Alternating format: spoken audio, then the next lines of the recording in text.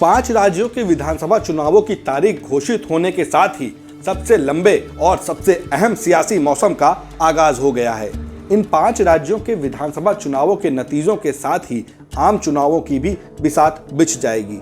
जाहिर है, इन राज्यों में जो बेहतर प्रदर्शन करेगा वह अपने पक्ष में माहौल बनाते हुए आम चुनाव के दंगल में उतरेगा। आम चुनाव से महज 100 दिन पहले 5 राज्यों में होने वाले विधानसभा चुनावों को आम चुनावों से पहले सबसे बड़ा ओपिनियन पोल माना जाता रहा है। उसी लिहाज से सभी राजनीतिक दल इस चुनाव में राज्य की तैयारी के अलावा आम चुनाव से भी जोड़कर देखेंगे। नमस्कार, मैं कौशल और आप देख रहे हैं द देश। चुनाव आयोग ने 9 अक्टूबर को मध्य प्रदेश, छत्तीसगढ़, राजस्थान, तेलंगाना और मिजोरम में चुनाव की तारीख घोषित कर दी।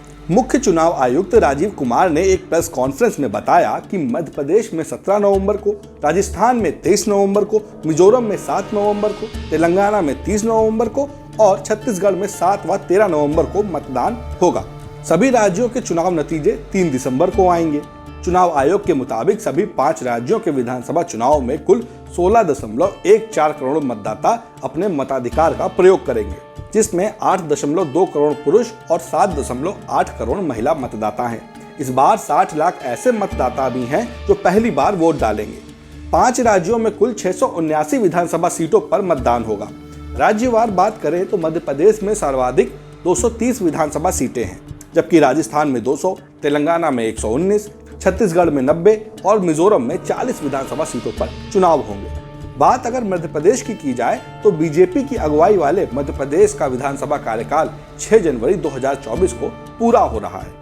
राज्य की 230 विधानसभा सीटों में 148 सीटें सामान्य की हैं, जबकि 35 सीटें एससी और 47 सीटें एसटी कैटेगरी के लिए रिजर्व हैं। राज्य में कुल 5.6 करोड़ मतदाता हैं।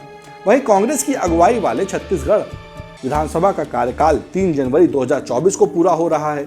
90 सीटों में 51 सामान्य वर्ग की हैं, जबकि 10 सीटें एससी और 29 सीटें एसटी के लिए रिजर्व हैं। राज्य में कुल 2.3 करोड़ मतदाता हैं। साथ ही कांग्रेस की अगुवाई वाले राजस्थान विधानसभा का कार्यकाल 14 जनवरी 2024 को पूरा होगा।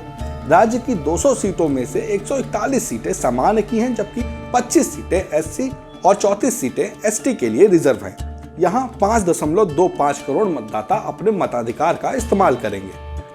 वहीं तेलंगाना विधानसभा का कार्यकाल 16 जनवरी 2024 को पूरा हो रहा है। यहाँ 119 सीटों में 88 सीटें सामान्य वर्ग की हैं, जबकि 19 एससी और 12 सीटें एसटी के लिए रिजर्व हैं। राज्य में 3.17 करोड़ मतदाता हैं। वहीं मिजोरम विधानसभा का कार्यकाल इसी साल 17 दिसंबर को पूरा हो रहा है। यहाँ 49 सीटों में से सिर्फ 1 सीट सामान्य की है, बाकी सभी 39 सीटें एसटी कैटेगरी के लिए रिजर्व हैं। यहाँ एससी की कोई सीट नहीं है। यहाँ 8.52 लाख मतदाता अपने मताधिकार का प्रयोग करेंगे। फिलहाल इस खबर में इतना ही। अगर आपने अभी तक द देश को सब्सक्राइब नहीं किया है तो फौरन सब्सक्राइब करें और बेल आइकन को भी दबाना ना भूलें। नमस्कार।